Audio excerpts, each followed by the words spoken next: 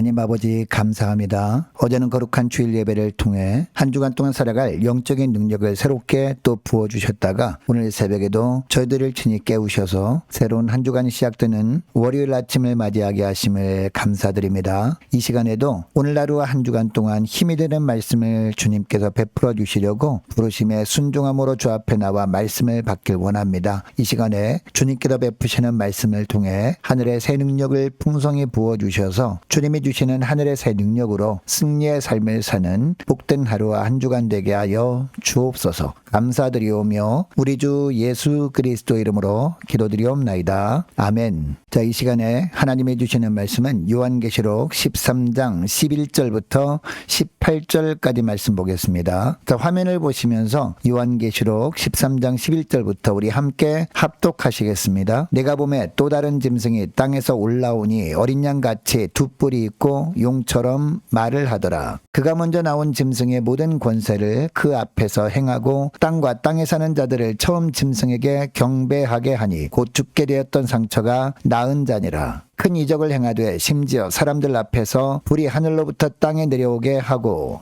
짐승 앞에서 받은 바 이적을 행함으로 땅에 거하는 자들을 미혹하며 땅에 거하는 자들에게 이르기를 칼에 상하였다가 살아난 짐승을 위하여 우상을 만들라 하더라. 그가 권세를 받아 그 짐승의 우상에게 생기를 주어 그 짐승의 우상으로 말하게 하고 또 짐승의 우상에게 경배하지 아니하는 자는 몇이든지 다 죽이게 하더라. 그가 모든 자 곧 작은 자나 큰 자나 부자나 가난한 자나 자유인이나 종들에게 그 오른손에나 이마에 표를 받게 하고 누구든지 이 표를 가진 자 외에는 매매를 못하게 하니 이 표는 곧 짐승의 이름이나 그 이름의 수라. 지혜가 여기 있으니 총명한 자는 그 짐승의 수를 세어보라. 그것은 사람의 수니 그의 수는 666이니라. 아멘. 여러분, 우리는 계속해서 새벽마다 요한계시록 말씀을 살펴보고 있습니다. 여러분, 요한계시록이 기록된 목적이 무엇이었습니까? 교회가 일정 기간 박해를 받고 고난을 당할 것이지만 최후로 교회가 승리하게 될 것을 말씀하시는 책이 바로 요한계시록입니다. 요한계시록 13장에는요 교회를 박해하는 두 세력이 나옵니다. 바다에서 올라온 짐승과 땅에서 올라오는 짐승입니다. 그런데 이 땅에서 올라온 짐승의 모습도 보면 어린 양같이 두 뿔이 있습니다. 겉으로 보기에는 붉은 용이나 바다에서 올라온 짐승보다는 능력이 좀 떨어지는 것처럼 보입니다. 그러나 붉은 용인 사단마귀처럼 말을 했다라고 하고 있습니다. 자, 12절에 보니까 실제로 이 땅에서 올라온 짐승이 땅에 사는 사람들에게 자기에게 주어진 말 잘하는 능력으로 첫째 짐승, 즉 바다에서 올라온 짐승에게 경배하게 합니다. 여러분, 그러니까 붉은 용이 성부 하나님을 대적하는 사단이라면 바다에서 올라온 짐승은 성자 예수 그리스도를 흉내내는 존재입니다. 그리고 땅에서 올라온 짐승은 성령 하나님을 그대로 흉내내는 존재입니다. 여러분, 이것을 보면 요한계시록 12장 13장은 어떤 내용임을 알 수 있습니까?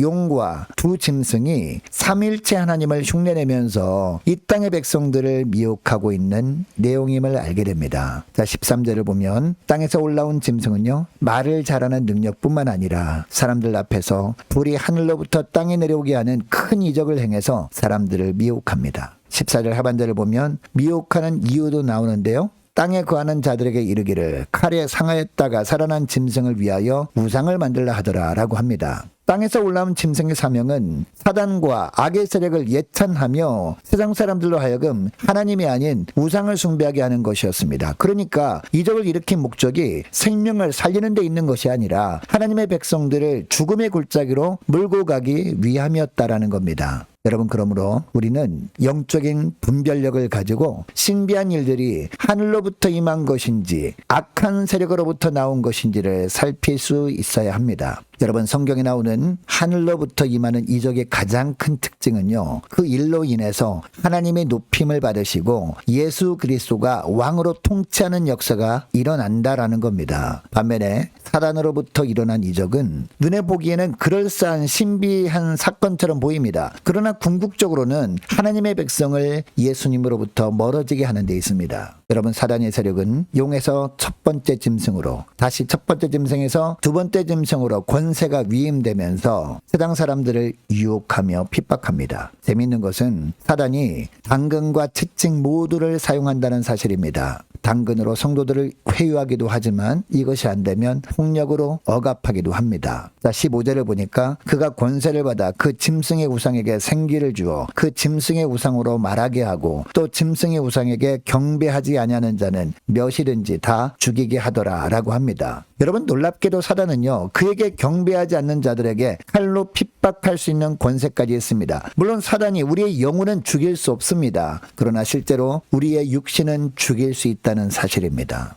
지금까지 복음 때문에 순교한 믿음의 선진들이 얼마나 많습니까? 또한 사단은 경제력을 가지고 회유와 핍박을 강행하기도 합니다. 자, 16절 17절 말씀을 보니까요. 그가 모든 자 곧 작은 자나 큰 자나 부자나 가난한 자나 자유인이나 종들에게 그 오른손에나 이마에 표를 받게 하고 누구든지 이 표를 가진 자 외에는 매매를 못하게 하니 이 표는 곧 짐승의 이름이나 그 이름의 수라라고 합니다. 사단은 세상의 경제력을 가지고도 성도들을 미혹하고 괴롭힌다는 겁니다. 세상 속에서 살아가야 할 성도들도 때로는 물질적인 것으로 많은 시험을 받게 됩니다. 때로는 너무 가난해서 하나님을 찾지 않고 당장 부를 채워줄 존재를 찾습니다. 때로는 너무 부유해서 하나님을 찾지 않습니다. 하나님을 찾지 않아도 사는데 아무 문제가 없다고 여기는 겁니다. 18절을 보면 666이라는 숫자가 나오는데 여러분, 이 숫자는 당시 로마 황제인 네로를 히브리어로 음역할 때 각 자음이 히브리어 고유의 숫자를 대입해서 합치면 나오는 숫자입니다. 그래서 당시 교회 공동체에 속한 사람이라면 누구든지 그 666의 존재가 교회를 박해하는 로마 황제라는 사실을 잘 알고 있었습니다. 여러분, 오늘날은 이 666이 어떤 존재일까요? 초대교회 시대에 예수 믿는 성도들을 갖은 방법으로 회유하고 박해했던 로마 황제 같은 존재를 말하는 겁니다. 여러분, 오늘날 사단은요, 얼마나 다양한 방법으로 예수 믿는 사람들의 믿음을 흔들어 놓으려고 합니까? 국가기관을 통해서, 그리고 어떤 사상을 통해서, 또 어떤 사람들을 통해서, 아니면 어떤 시스템을 통해서 믿음으로 사는 사람들이 믿음으로 살면 고생만 하고 손해만 볼 수밖에 없다고 여기도록 만들어버립니다. 앞으로는요, AI, 인공지능을 통해서 이런 일을 하려고 할 겁니다.